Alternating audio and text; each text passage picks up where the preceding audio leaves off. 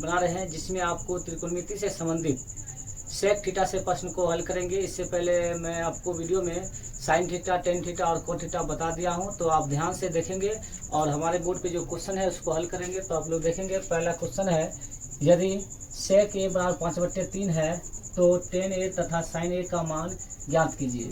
सबसे पहले देखना है कि क्वेश्चन में दिया हुआ क्या है। तो क्वेश्चन में सेक थीटा दिया हुआ, तो हम लोग लिखेंगे गिवन डेट। तो आप देख रहे हैं गिवन डेट में दिया हुआ है सेक ए बराबर, सेक ए का फॉर्मूला आपको पता ही होगा। तो इस प्रकार सेक ए का मान 5/3 है, तो सेक का फॉर्मूला होता है h/b। इस प्रकार से आप देख रहे हैं कि h और b है तो p बाकी है, तो p बराबर फॉर्मूला क्या होता है ये हम लोग जानेंगे। तो p का फॉर्मूला होता है h² -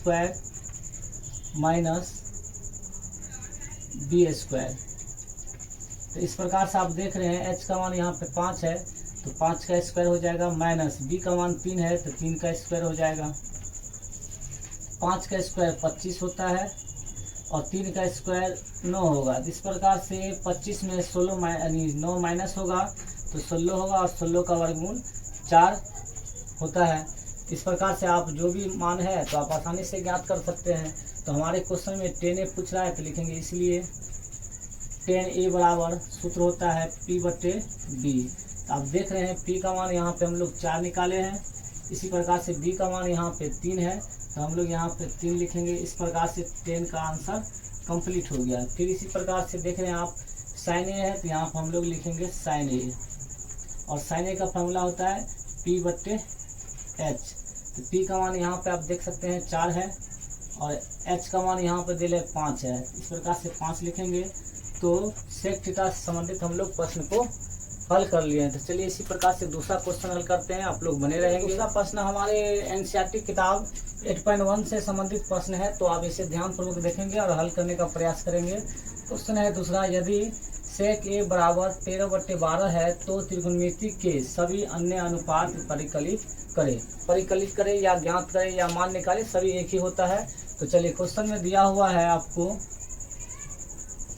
गिवन डेट में हम लोग लिखेंगे जो चीज़ दिया हुआ है वही लिखेंगे। दिया हुआ है सेक ए बराबर 13/12 है, तो सेक ए का फॉर्मूला आप जान ही गए हैं h/b होता है। तो इस प्रकार से हम लोग h और b है तो p निकालेंगे। p का सूत्र होता है √h² - b²।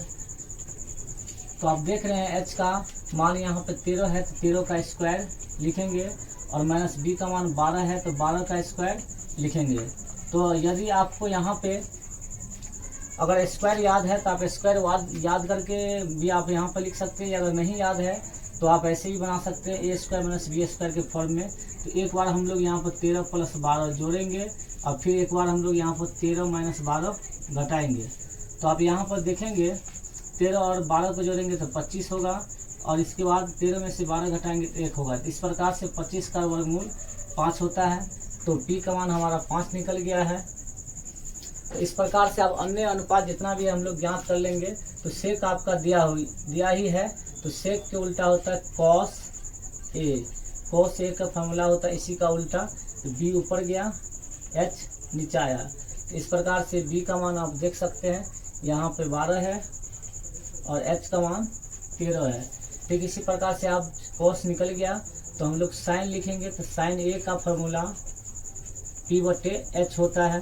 तो p का मान आप देखते हैं 5 है और h का मान यहाँ पे 13 है। तो साइन ए भी निकल गया। इसी प्रकार साइन का उल्टा होता है कॉसेक। तो कॉसेक ए बराबर होता है h/p, मतलब इसी फार्मूला का उल्टा। तो h का मान यहाँ पे हम लोग 13 लिखेंगे और p का मान 5 लिखेंगे। ठीक इसी प्रकार से अब साइन कोसेक हो गया तो 10 बच गया। तो 10 ए बराबर फॉर्मूला होता है p/b। तो p का मान आप देख रहे हैं निकाले हैं 5 है और b का मान यहाँ दिल है 12 है तो 12 लिखेंगे।